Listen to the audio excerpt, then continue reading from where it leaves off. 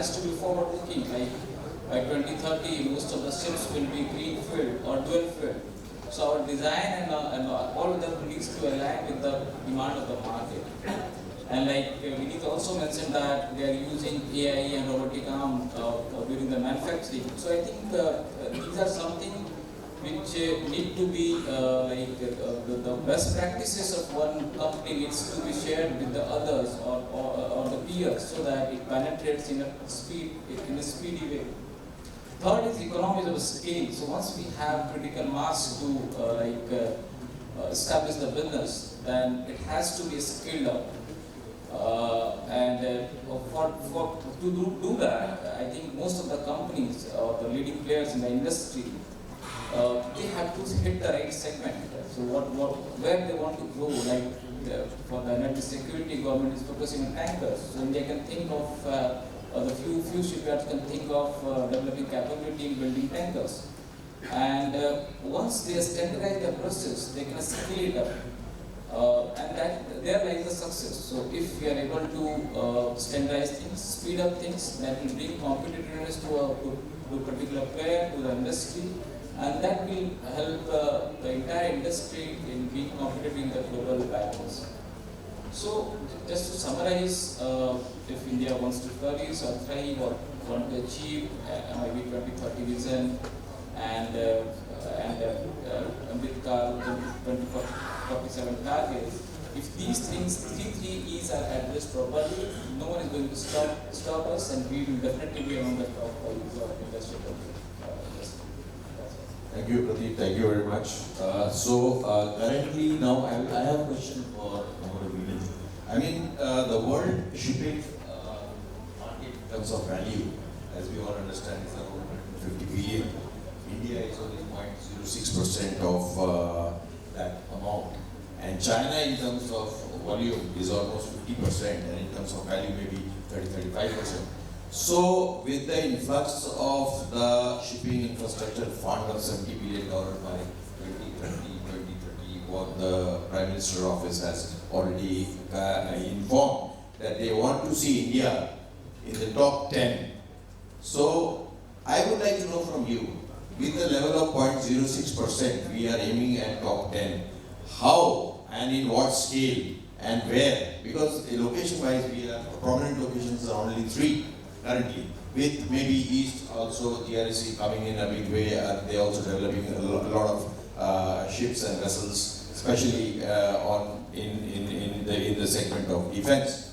But I would like to know from you, this 70 billion of investment and bringing us to the 10th level in the world standard, how would you like to see, and what are the ways out? I usually don't see how is it feasible in a span of 5 years India comes into the first 10 level. Thank you for the question, sir. It's a difficult question to answer in a clear manner, but I just probably use one or two parallels, because the kind of numbers which you are quoting, which are of course the real figures, the targets are quite ambitious, and this kind of reminds me of what my children tell me about a particular scene in one of the Marvel movies.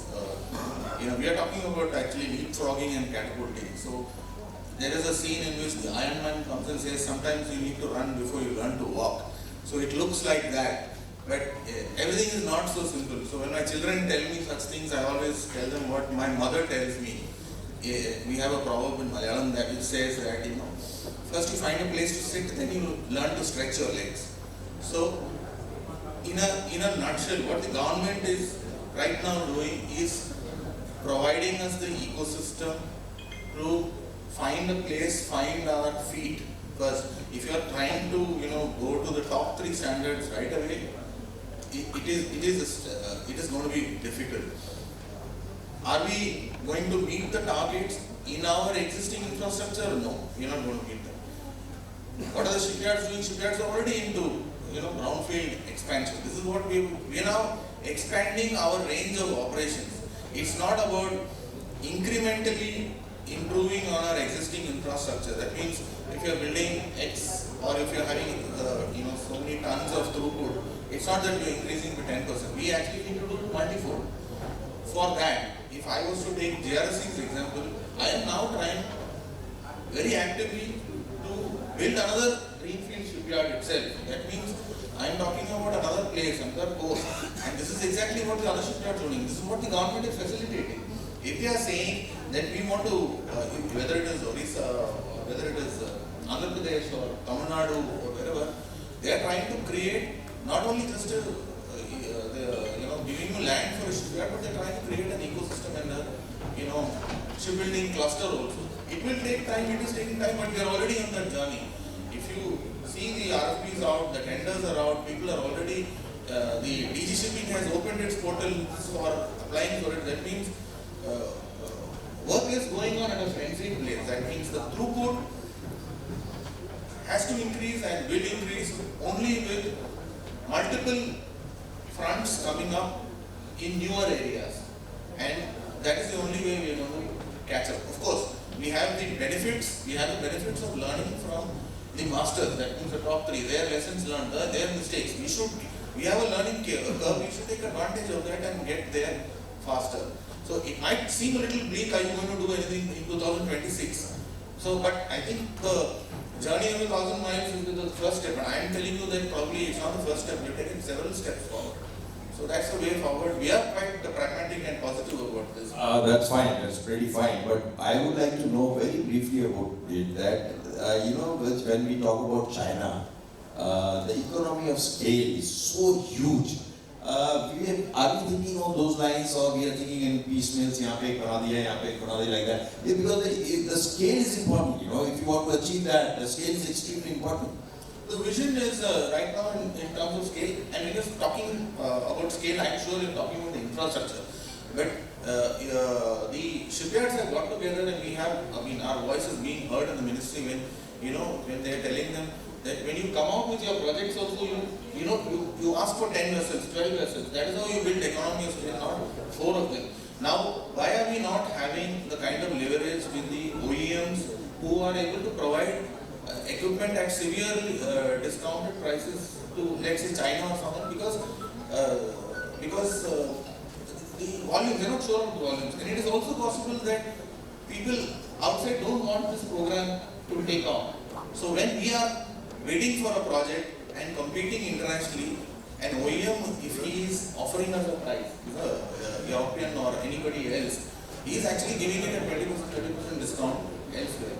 So we need to have volumes in terms of ships also, which now they are saying 200, 300 ships will have to be built by India. So now we have those negotiating rights with the OEMs. OEMs are now queuing up to GRC and saying we will not only localize it, because they are also planning to localize it. We have started getting heard, is what I am saying. Thank you very much, thank you. So over to Anand. Sir, you just now said, that 50% of the Indian flag vessels are aging out, and therefore there is a potential also, and we need to increase the volume. I have a question to you. Simultaneously we have a policy, Government of India, that 25 years age vessel, Indian flag, can keep on flying. So I would like you to comment on that, number one. And number two is, you mentioned that Japan has a financing rate of 0.1, or somebody, Europe has 2.1. You see, the interest part may be taken care of by the interest subsidy, but what about the forex exposure, which you will be taking in terms of importing steel, importing the engines, and importing the other communication equipments? So how would you take and how would you control the forex exposure with respect to your building of vessels? What do you? Yeah, if you look at, the question is the government has to come forward on this. What you are saying is about the forex. Yes, what another speaker today said, we have to build the ecosystem. Yes, today we are building a green tab today. Out of the expenditure, about 60-70% are on the foreign components. There is a battery or a thruster or the electric. So if India has to grow, India has to go to that 4.5 million ton GT, it's just not a shipyard, but it's an entire ecosystem, and you have the equipment manufacturing has to be done here. Steel, quality, the steel that our steel industries are building, it should match. unless you really have the entire, which government is today trying, if they are not saying